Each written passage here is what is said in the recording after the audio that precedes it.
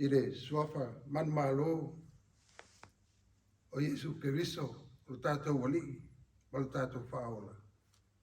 Le ao le kalesia. O te mai whaatalofa atu ia Samoa. I lau whaafonga anga i le tai au. Whaaftai le atua ono lana pule faso i fua. Tātou whilo iai o na lumba i le tāpo inga. Ia i le atua tolu taspa ia le vi inga e whaavavau. Amen. O maia, se o tātou tāpo i atu i le atua. Whaaftai atu ia te oe, tangata na e whaia. Whaaftai atu fo ia te oe, o tangata whatuatua. Tautaltala atu i la tau i le mamalu o lo malo. I tautau atu i lo mana, ina ia whaelo atu le whanau a tangata o ana mea mamana. Mal mamalu mata ngō fie o lona malo. O lo malo, o le malo lea e whaavavau. Malau pule, e au tupo la ngā lava. Hiu tātou te talo, mo le ngā pa ia. Mātou punu watu i o luma, le li ie. Awala mātou tāpō inga, ili nei tai au. Pa ngā lava lea le li ie, la ngona lo mātou whatau waa, malo mātou vai vai. O mātou te talo le li ie, a fio mailo wa nganga, ina ia saunia i mātou umalava. E a watu ale tāpō inga, ina ia vi ia i lo suafa. O la mātou mo i te talo lea le li ie, e a latu ia Yesu lo mātou ali, ma lo mātou whaola. Amen. O le a tātou pese vi inga o le atua lua se lau mai wha. Lua se lau mai wha vi inga o le atua tātou pese.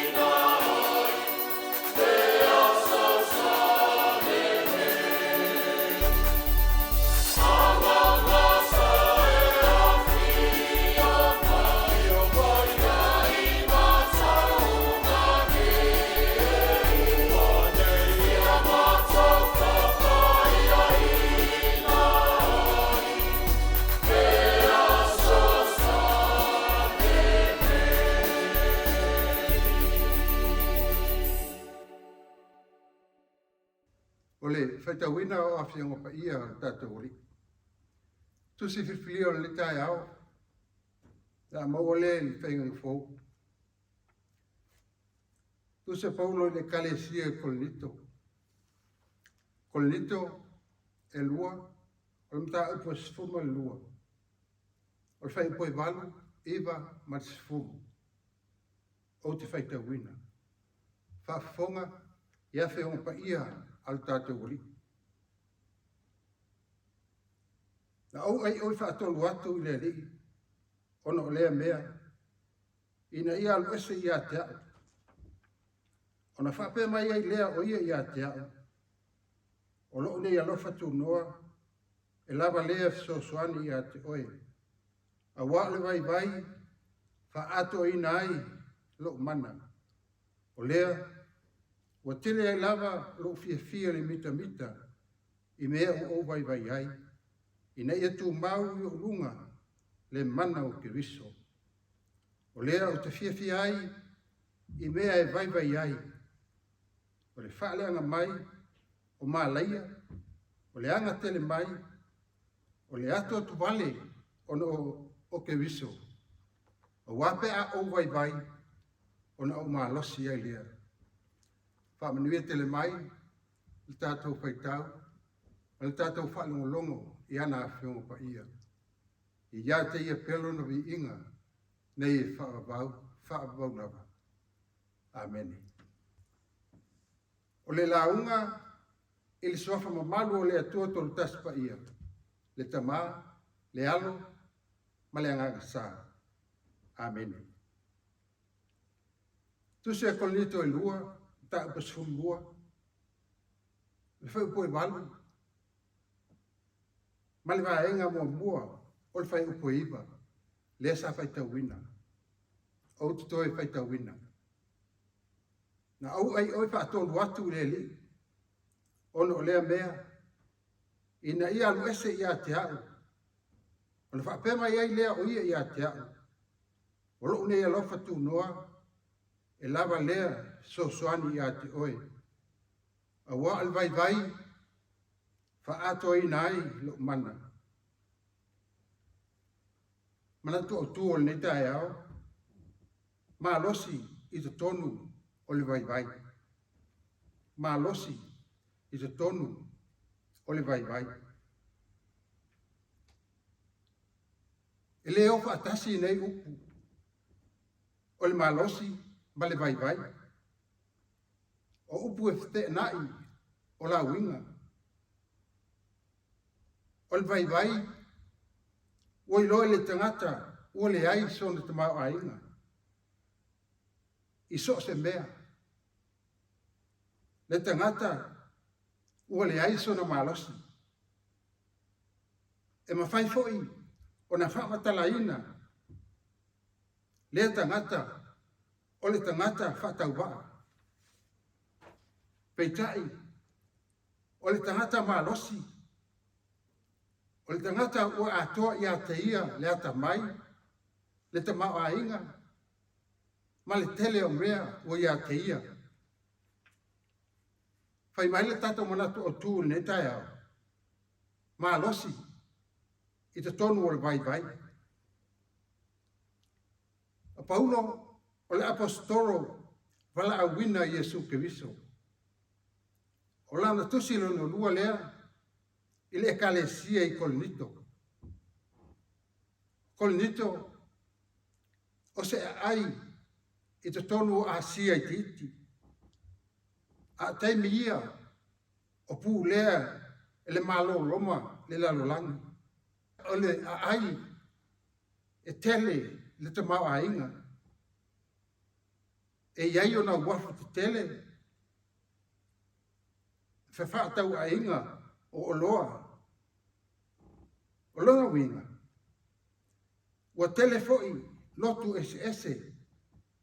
Matali tonunga ese. Ua ofi mai i te tonu o Kolinito. Te tau fo ila. O na iai whaafi tauli. E whea ngai ma le kalesia. O le kalesia foi na totoina e Paulo. Ai, o iai fai tangata, e te le ngā luenga Paulo. Ma ua fai tio ia te ia. Peitai, ua au mai lava e Paulo o ia lava. O le hata lea, se itali atu ai ia kolinito, i fai tionga ia, ua faa leo mai. O ia lava, o le au na Keriso, na wala au wina e tā lai le tala le lei. I le ai la se maa losi, o ia te ia, a o lona lef so soani, i lona whata waa, ma lona vai vai. E whaalango lango, i le ngalue mai o le atua, e hala i lona nganga, e so soani mai ia te ia. E le iti whawhita auli ma pupo ngā, safe a ngai ma le apostolo. Pai mai a ia, o le angelu a satani, e tu i mai ia te au. Ioi, e le vai satani, mana fo i au. E whaaleanga mai li tino, ma le mafau fau. To tele fo i e, ua to i lalo ai no pa u. O lala lea, o le fai mai o ia. Na au, ai oi wha tolu, i lea lii. Ono lea mea, ina ia alu ese, ia te au. Ona lava pupo ngā, e te tau lava, ona mita ai o ia, au ake riso, malana tala lelei. E ui na sa, ai oi wha tolu lea lii, ina ia sa aloto o ia, mai neiti ngā, ma pupo ngā. Ai le mawhai ona ave e sea mai ia te ia. Awa, e whaalia i lava, le mana o Keriso. Pei ona whetalai mai le li ia te ia. O loo nei alofa tu noa, e lava lea, e soani ia te oe. Awa le vai, e wha ato ai nai, lo mana. I oe, o le whalango lango i le atua, i lo na mana.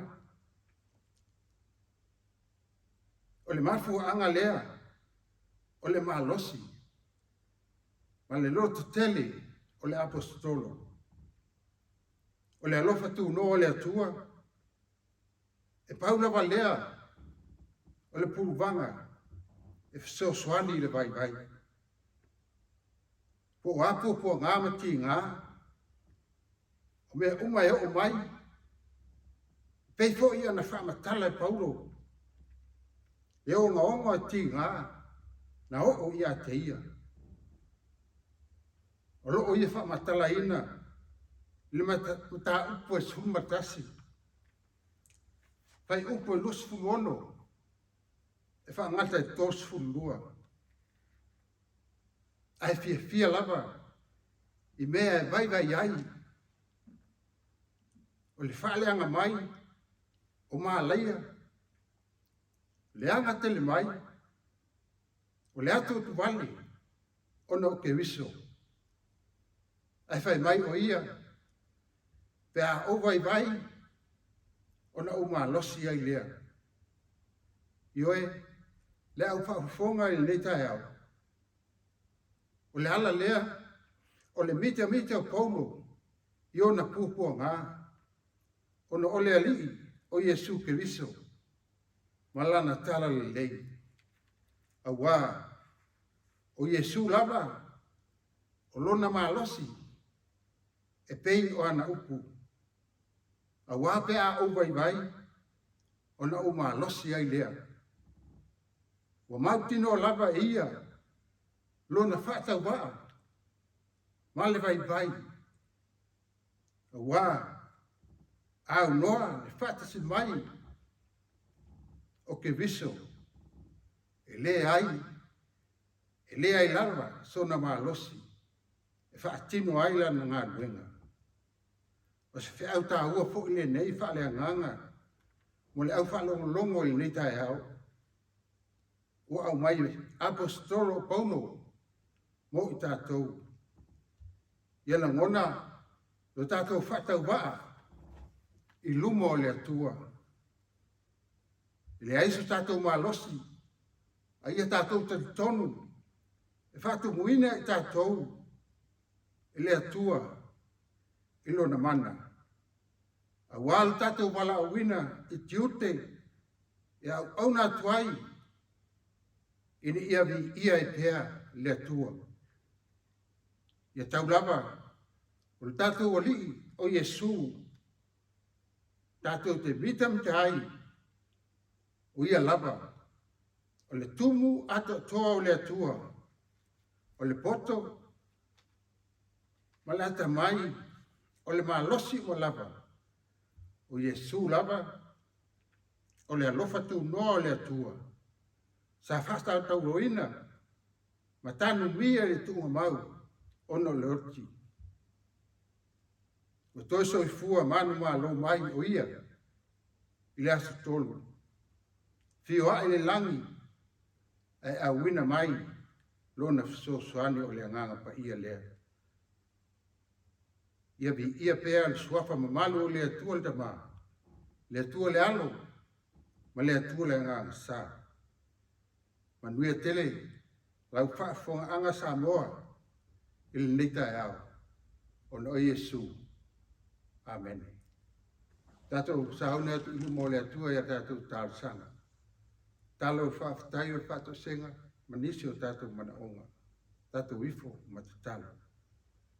Le atua tō taspa ia, le atua le tamā, le alo, ma le nganga sā. Le e au le vi inga, ma le mana o malava. O lo suafa, e tau na whanene e ina, e o tangata whatuatua. Mato ui whatu i o luma, i le neta e au fou. I le awa, ma le mi ngau, e te tau ai. Whaafitai, ma whaamanu, i lou suafa pa ia. Uai tele lo walofa, tele fo i lo wanga le lei. Tama, whaaftai lo lofa ma lo wanga le lei ia Samoa. Ma ila tōu au mau ia tunu ma mau. Ilana fo launga ili nei tau sanga fo. Tau nuk manui mai foi. Le masina lo tolu. O le nei fo i tau sanga. Lua o, lua tolu. Whaaftai lo lofa. Iau tō whinga. O te tofi ai, tai o lo malo. Le ao le malo, ma le masiofo. Su tō fia o le fono. Tai pāle mia, ma lana kapineta. O ila tō uma, o ngā lulue a wā, le manuia o Samoa, ma onu tangata. Whaaftai, o na lau puipuinga ia Samoa, i le tele o whaingatā, ma mala whae natura, wa whae ina i le laulangi. Whaaftai te mā, ono lau kalesia, wa mato au nātu ai i lau fio. Whaaftai au whaamanianga, le au whai ngā luanga tofi o le tala le lei, i so se whata whaitau langa. I toia ina, le au whai ngā luanga i Samoa, mātunu i whafo. Whaaftai, ono au tūspa ia, loa o ai pēa le ola whato tua o lau whanau. Whaaftai te mā, ona o lau wanganga pa ia, o lo mātou fesoasoani sili. Ai sili pea le whaafetai, ona o Iesu Keriso, o ia lava, o le taulanga pa ia alau fio.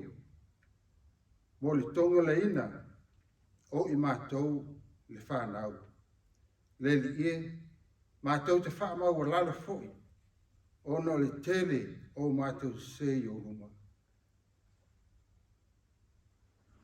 Mātou te whaale tonu lava, i le tele o taimi. A wā ole ai, se awa noa lau fio, i o mātou o langa. Ua manu malo e fili li tele o taimi. Le li e, whaama ngalo le i fonga sa moa i o ruma i le neita e au.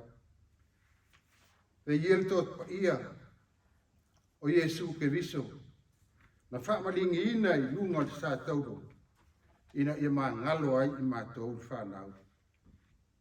Le whaafafonga te tāloe, whaamanuia sa moa mauna taitai. Taitai whaale malo, ma taitai whaale kalesia.